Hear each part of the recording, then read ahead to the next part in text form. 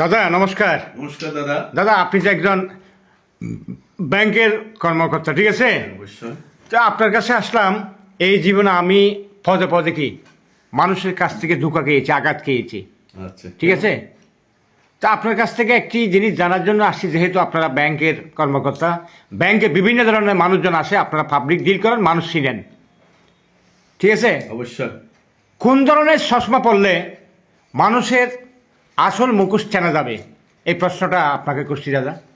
এটা তো অনেক জটিল প্রশ্ন, তবে আমার মতে আপনার চশমার দরকার নেই।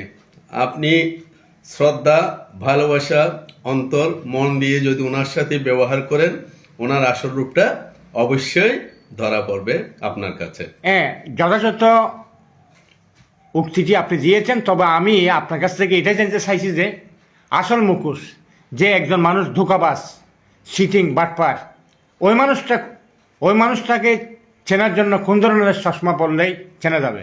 এটা তো আপনার চশমা দিয়ে তো কখনো মানুষ চেনা যায় না।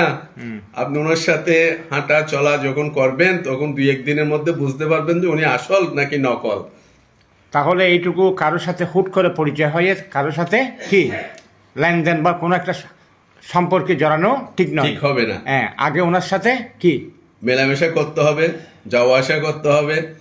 উনি কি কতটুকু মন মানসিকতার মানুষ, সেটা যাচাই বাছাই বিবেচনা করতে হবে। তারপর আপনি ব্যক্তিগত সবকিছু ওনার সাথে শেয়ার করতে পারবেন, লেনদেন করতে পারবেন, ইত্যাদি আর কি। ধন্যবাদ আপনাকে আপনাকে। ধন্যবাদ।